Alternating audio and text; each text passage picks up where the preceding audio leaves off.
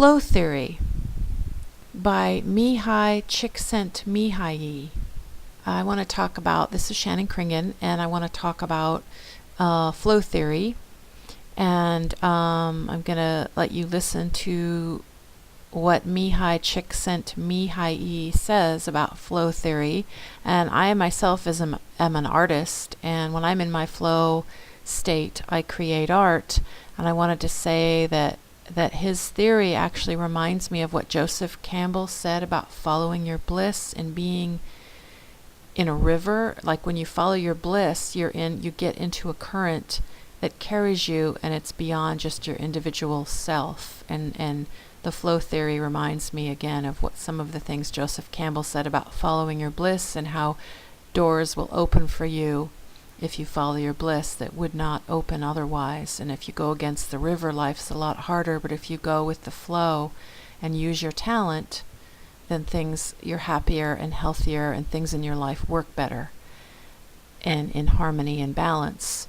And then I would agree, and he thought that, Mihaly thought that the key to happiness is being in a state of flow as much as you can in your life. So doing what you love and what you're good at. And also it reminds me of Jung, and when he said the opposites, the tension of the opposites, and the beyond the duality of the opposites.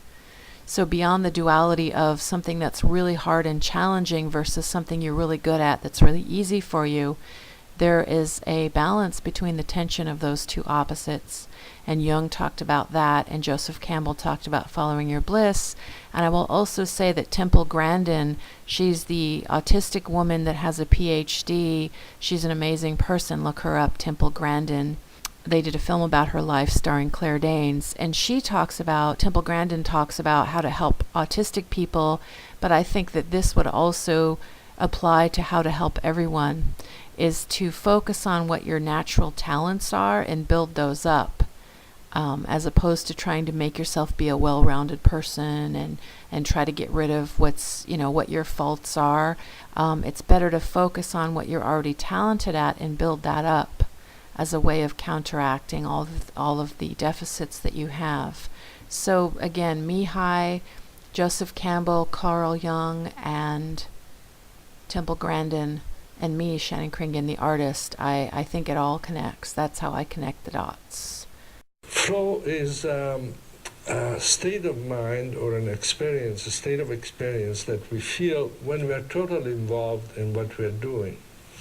I began to notice how important this feeling is in the arts, for instance, for painters or musicians, who, when a painter begins to fill a white canvas, a canvas with nothing on it, and he or she begins to put colors on this canvas and begins to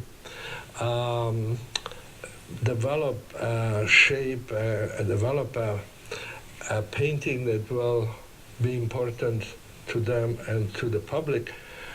The artist completely loses track of the time. They don't notice they're hungry, they're tired. They are just sometimes working for days without stopping. And that feeling that then they try to explain it to someone who wasn't involved in the painting, and they explain it as being completely carried away, almost like being in a river and the flow of the water takes them on.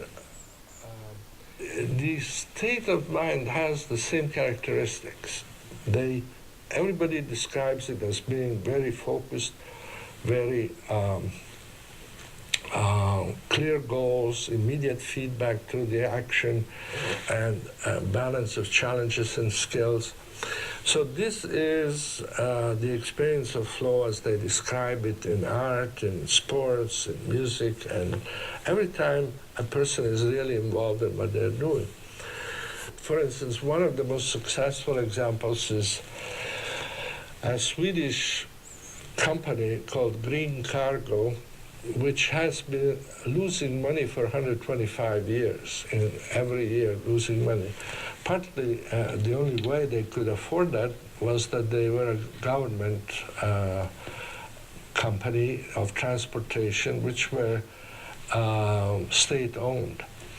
And then a person who learned about flow became the human resource manager for Green Cargo, and he started applying flow principles in that company. And it turned out that after 2 years, for the first time in 125 years, Green Cargo made a profit, and since then, apparently speaking, still profit.